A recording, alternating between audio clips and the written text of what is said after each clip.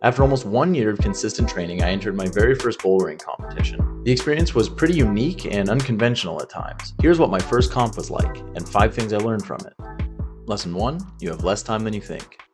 So for some context, the way this competition worked is there were 73 boulders across the entire gym, each assigned a point value in steps of 10. The easiest boulder in the gym was 10 points, and the hardest boulder in the gym was 730 points. Once time began, you had 2 hours to climb as many boulders as you wanted, but only your top 6 boulders would count. So the top 6 boulders that had the highest points value associated with them, you'd add those up and those were your final score. And each failed attempt on a boulder cost you 1 point. Once I heard we had 2 hours to complete 6 boulders, I thought I would have plenty of time. But I didn't realize that with all the adrenaline, the time waiting for people to complete their climbs, the time spent developing beta, and the time going back over your top 6 boulders to continually improve them, 2 hours really wasn't that much time. I really felt like after focusing on maybe 4 to 5 boulders, I looked up and an hour and a half had passed and there were only 30 minutes left. So I would say don't climb like you're in a panic, but don't settle in and convince yourself that you have more time than you actually do. Lesson 2, your style is your strength. So I know people say all the time you shouldn't avoid your weaknesses to become a more well-rounded climber, you should climb your weaknesses as well as your strengths. But during a competition, if you're trying to climb the hardest boulders possible, you should climb your style. That doesn't mean that you should avoid anything that isn't your style, but for example, my style is overhang and dynos, so I didn't spend a lot of time on slab because I was struggling to get even 390 points on a slab problem. But I actually flashed this problem, which was a dyno/overhang worth 490 points. So it took me way less time and way less effort to get a problem worth 100 more points, just because I chose to climb my style.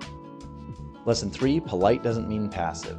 So think of a competition as one of the busiest days at your gym, but even more crowded than that. There's a lot of time people spend waiting for their turn on the wall, which is a good thing. You want to be polite and you don't want to cut in front of people who have been waiting. But if you've been waiting to get on the wall and someone was there before you, but they're taking their time chalking up and they're chatting with their friends and making jokes and having fun, or if they're just waiting too long and not taking initiative, and that's delaying you from being able to get on the wall, just go. Or just ask them, hey, are you up next or do you mind if I go? In my opinion, they're at fault for not paying attention and not taking their chance when they had it. Them not taking their time really seriously doesn't mean that other people shouldn't be able to take their time seriously. So be polite, don't cut people off on their way to the wall, but don't be passive. Don't just sit and wait until nobody has any plans of getting on the wall, because if you do that, you'll never get your chance to climb. Lesson 4, hard is relative.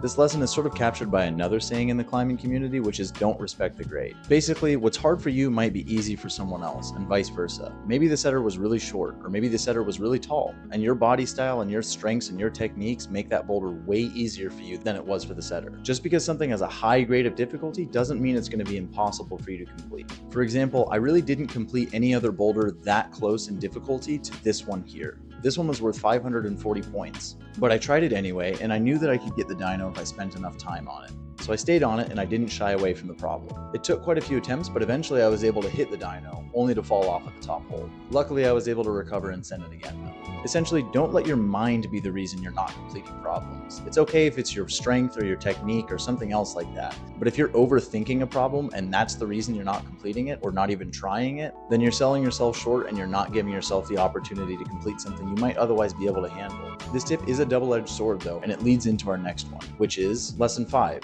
avoid tunnel vision. This one is pretty self-explanatory. Don't wear yourself out on one problem. If you tried a problem several times and it's pretty clear that it's going to take a lot of work for you to get to the finish, and you have other problems you still need to complete, don't gas yourself out and don't wear away your skin trying the problem over and over and over. In a competition where failed attempts are penalties, it'll cost you points and you'll just wear yourself out. But if something's not working for you, move on. Your pride's not at stake here. You're trying to get as many points as possible, not show everyone you can complete the problem. If you're at the end of the time limit though, go for broke. Try anything and everything. You don't have much time left and you don't really need to save yourself for anything else, so just give it your all. There was also a mechanical bull at this competition you could use to get more points. But before I get into that, if you've made it this far, please consider dropping a like and subscribing to my channel. I post almost daily shorts on YouTube and reels on Instagram, and I regularly do giveaways on both accounts. Actually, my next YouTube video is going to be a giveaway where I challenge climbers to win certain climbing gear, and I'm going to be giving away some of that same gear to people who watch. The giveaway is going to be items from the Rungness store. I actually used a Rungness shirt, chalk, and chalk bag for this competition. Magdust has been my favorite chalk I've tried so far. So subscribe if you want to be part of that giveaway, or if you want to purchase anything from the Rungness store, please use code Keith when you check out. You'll get 10% off your entire order, and it helps my channel out a lot. Anyway, back to the video. So the gym had a rule in this competition where you could get an extra point added to your score for every 1 second you held onto the mechanical bull, up to 30 seconds. So this was toward the end of my session, but I hopped on it and actually ended up staying on the entire time. But it was really difficult. I felt like most of the work I was doing was with my feet, not really my hands. sides. But I really liked this touch to the competition. It was a really unique addition to it. So what were my results from the competition?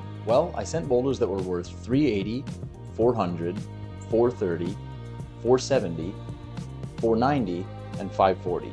And I had a total of 18 failed attempts on all those boulders. With the 30 extra points I got from the mechanical bull ride, that brought my score to 2,722. From a quick look at the results spreadsheet, I think I got 36th place out of 84 climbers. But I'd love to know, have you ever tried a climbing competition? If so, how did it go? If not, would you ever try one? Do you have any tips for training for another one? Please let me know in the comments. I've definitely decided I want to do more bouldering competitions. This was the most fun I've ever had bouldering, hands down. So thank you all for your support and happy climbing.